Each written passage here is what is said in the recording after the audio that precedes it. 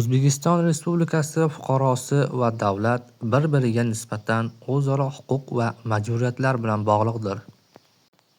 Insonning konstitutsiya va qonunlarda mustahkamlab qo'yilgan huquq va erkinliklari daxlsizdir hamda ulardan sud qarorisiz mahrum etishga yoki ularni cheklab qo'yishga hech kim haqli emas. Insonning huquq va erkinliklari bevosita amal qiladi.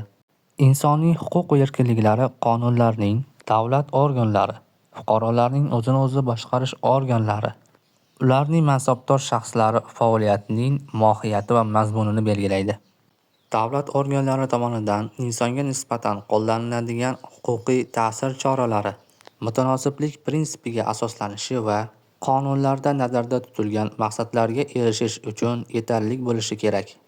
Inson bilan davlat organlarining o'zaro munosabatida yuzaga keladigan qonunchilikdagi barcha ziddiyatlar va noaniqliklar inson foydasiga talqin etiladi. O'zbekiston Respublikasi Konstitutsiyasi 20-moddasi